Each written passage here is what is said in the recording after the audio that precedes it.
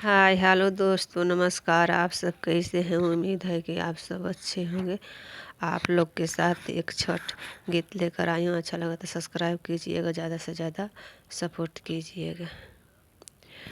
गंगा बहे, जमुना बहे, सरजू बह, तीर तीर वेणी बह। गंगा बहे, जमुना बहे, सरजू बह, तीर तीर वेणी बह। ताही घटिया उतरे लारा के सिंह, अपनी लगन ले। ताही घटिया उतरेला विक्रांत सिंह, अपनी लगन ले।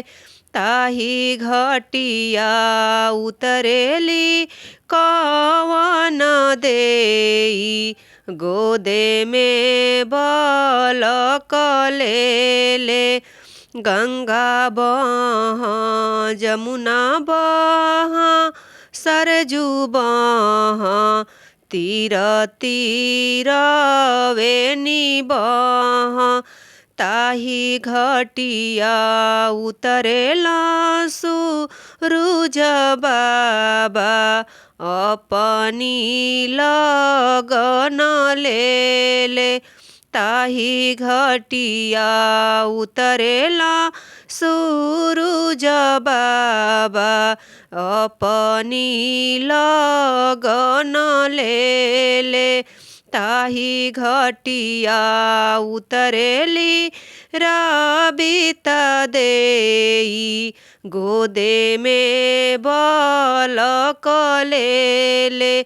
ताही घटिया उतरेली रबिता देई, हाथ के सेंढोरा ले।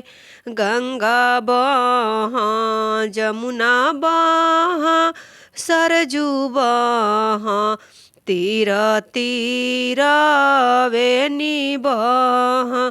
ताही घटिया उतरेली छठिया मैया, अपनी लगन ले। ताही घटिया उतरेली छठिया मैया, अपनी लगन ले।